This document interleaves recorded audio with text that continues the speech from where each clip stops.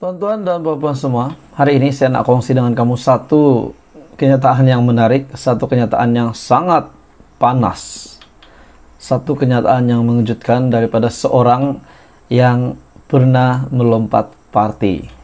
Beliau ini tidak dicalonkan di bawah barisan nasional pada PRU 15. Dan selepas beliau tidak dicalonkan, akhirnya beliau telah menjadi calon di bawah parti lawan.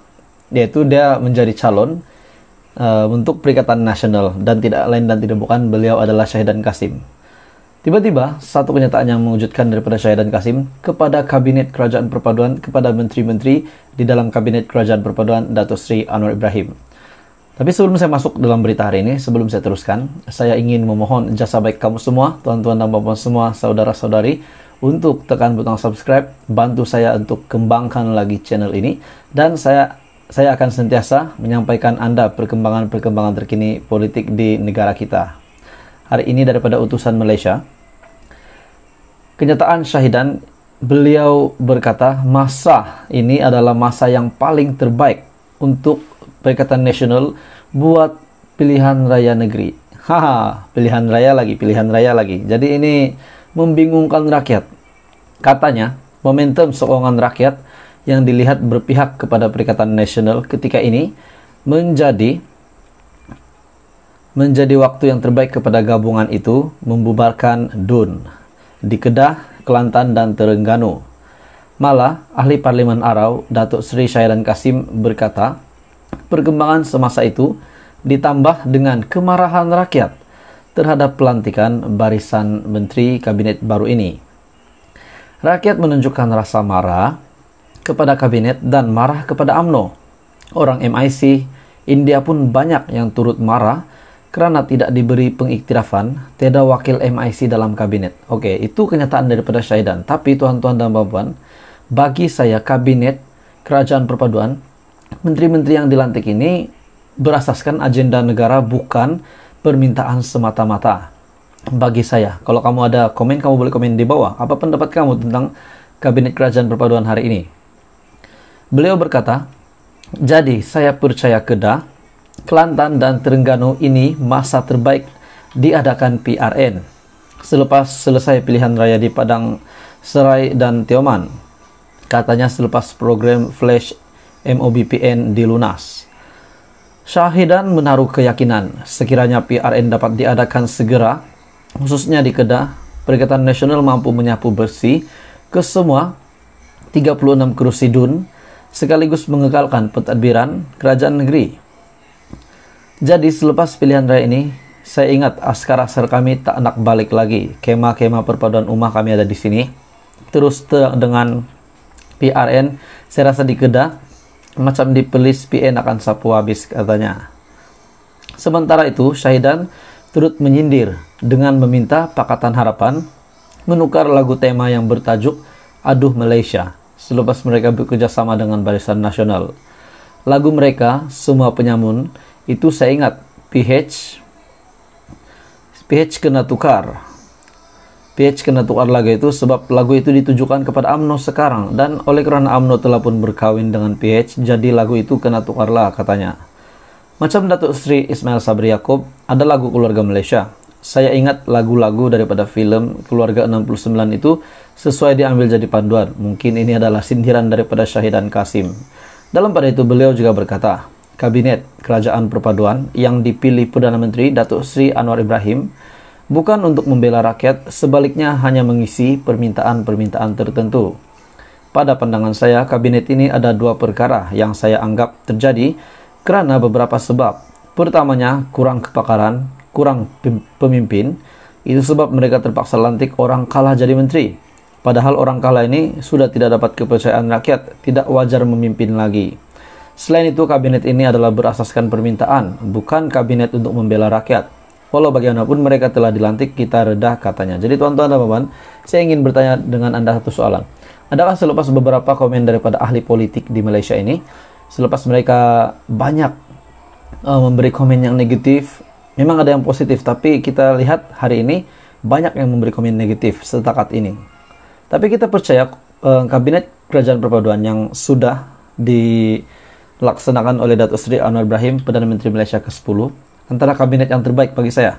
Jadi adakah dengan kenyataan-kenyataan ahli politik yang lain membolehkan kabinet ini dibatalkan? Jadi tuan-tuan dan puan, itu adalah kenyataan Syahidan Kasim hari ini, dan ini pasti mengejutkan. Tuan-tuan dan puan semua, saya ingin kongsi dengan kamu satu kenyataan yang mengejutkan untuk menteri di dalam kabinet kerajaan perpaduan.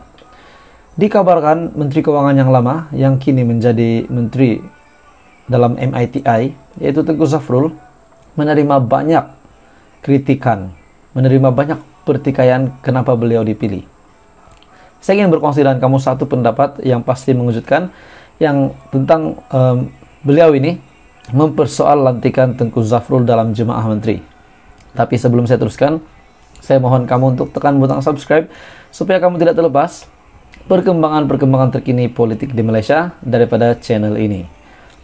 Seorang pemimpin, pejuang, menyelar pelantikan Tengku Zafrul sebagai Menteri Perdagangan, Antarabangsa dan Industri ataupun MITI dalam barisan Jemaah Menteri Anwar Ibrahim dan mempersoalkan lantikannya. Ketua Biro Hal Ehwal Antarabangsa, pejuang Tariq Ismail Mustafa dalam catatan di Facebook turut mempersoal apakah jaminan yang rakyat Malaysia miliki apabila lantikan akan mempunyai kepentingan terbaik negara dan bukan pelobinya. Adakah menteri yang dilantik itu bebas daripada sebarang dakwaan berkaitan skandal RM600 bilion berkaitan Perdana Menteri ke-8, yaitu Tan Sri Muhyiddin Yassin, Panama Papers, dan pelbagai lagi dakwaan serius yang dilemparkan kepadanya sepanjang kempen PRU15. Tuan-tuan dan puan, Menteri Keuangan yang lama Tengku Zafrul pernah bekerja di bawah Muhyiddin Yassin. Dan hari ini seorang ahli politik pejuang, Ketua Biro Hal Ehwal Antarabangsa Pejuang Tariq Ismail mempersoalkan satu soalan yang sangat mengejutkan. Adakah Tengku Zafrul yang dilantik itu bebas daripada sebarang dakwaan berkaitan skandal RM600 bilion? Sebab pada waktu itu beliau di bawah pimpinan Muhyiddin Yassin. Tengku Zafrul sebelum ini berkhidmat sebagai Menteri Keuangan dalam kerajaan yang diketuai oleh bekas Perdana Menteri Muhyiddin Yassin dan juga Ismail Sabri Yaakob. Saya percaya bahwa pelacur lebih memilih pelanggan mereka, kerana apa yang saya dengar bahwa dia melobi dirinya tanpa segan silu. Sedih melihat seorang jantan gadai marwahnya untuk jawatan, kata Tariq lagi. Beliau turut bertanya sama ada Tengku Zafrul akan mengutamakan keperluan syarikat Malaysia dalam perjanjian komprehensif dan progresif bagi perkongsian Trans-Pasifik ataupun CPTPP. Tariq turut membidas Anwar kerana tunduk kepada tekanan dan meneruskan pelantikan mengelirukan seperti itu, termasuklah Presiden UMNO Ahmad Zahid Hamidi sebagai timbalan Perdana Menteri. Zahid juga didakwa atas 47 pertuduhan rasuah, pecah amanah, jenayah dan pengubahan wang haram.